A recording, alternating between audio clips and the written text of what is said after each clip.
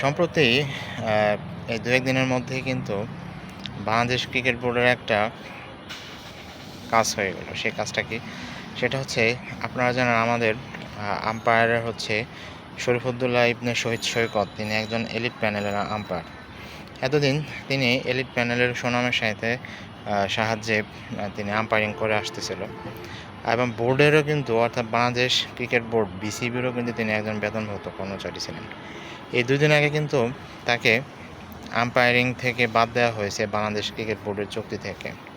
এখন এটা কি আসলে একটা সঠিক কাজ হয়েছে, ভালো হয়েছে? আপনার কি মনে হয়?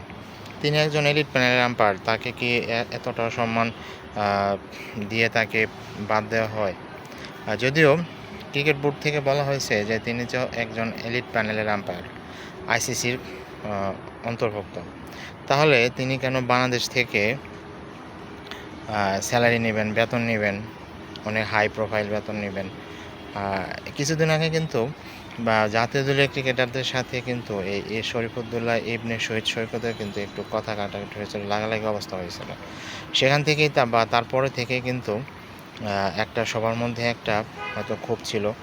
এখন তামিম ইকবালের বোর্ড, তার বোর্ডের সদস্যরা মিলে একটা সিদ্ধান্ত নিয়েছে যে শরীফুদ্দৌলা ইবনে শহীদ সৈকত তিনি বিসিবির আম্পায়ার থাকতে পারবেন না, এবং তিনি ২ দিন আগে বোর্ডের মাধ্যমে এবং বোর্ডের সর্বসিদ্ধান্তক্রমে তাকে বোর্ডের থেকে বাদ দেওয়া হয়েছে, আম্পায়ারিং থেকে। এটা কি কাজ ঠিক হয়েছে?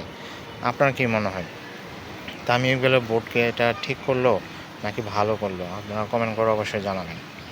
কারণ আমরা জানি শরীফুদ্দৌলা ইবনে শহীদ সৈকত কিন্তু একজন ভালো মানের আম্পায়ার, এবং তিনি তার বিগত প্রায় সব ম্যাচে কিন্তু তার আম্পায়ারিং দক্ষতা দেখাইছে, প্রমাণ দেখাইছে।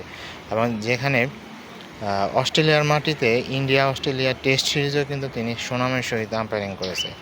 আবার ইংল্যান্ডের মাঠে অ্যাশেজ সিরিজেও কিন্তু তিনি সুনামের সহিত আম্পায়ারিং করেছে।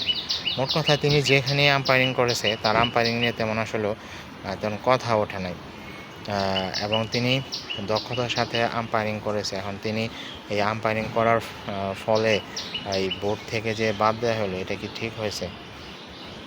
আমার মতে মনে হয় ঠিক হয়নি। কারণ তিনি যে আম্পায়ারিং করতেছে সেটা বাংলাদেশের তো সুনাম হচ্ছে আইসিসিতে, বিশ্বে বিভিন্ন দেশে। কারণ তিনি আম্পায়ারিংয়ে যে দক্ষতা দেখিয়েছেন এটা বাংলাদেশেরই সুনাম, যে বাংলাদেশ থেকে একজন আম্পায়ার এসে উনি কত সুন্দর আম্পায়ারিং করতেছে, নির্ভুল আম্পায়ারিং করতেছে। কারণ এর মধ্যেই বোর্ডের সাথে কি হলো, বোর্ডের ক্রিকেটারদের সাথে কি হলো, এবং শেষ ম্যাচ তাকে বাদ দিয়ে দিল আম্পায়ারিং থেকে।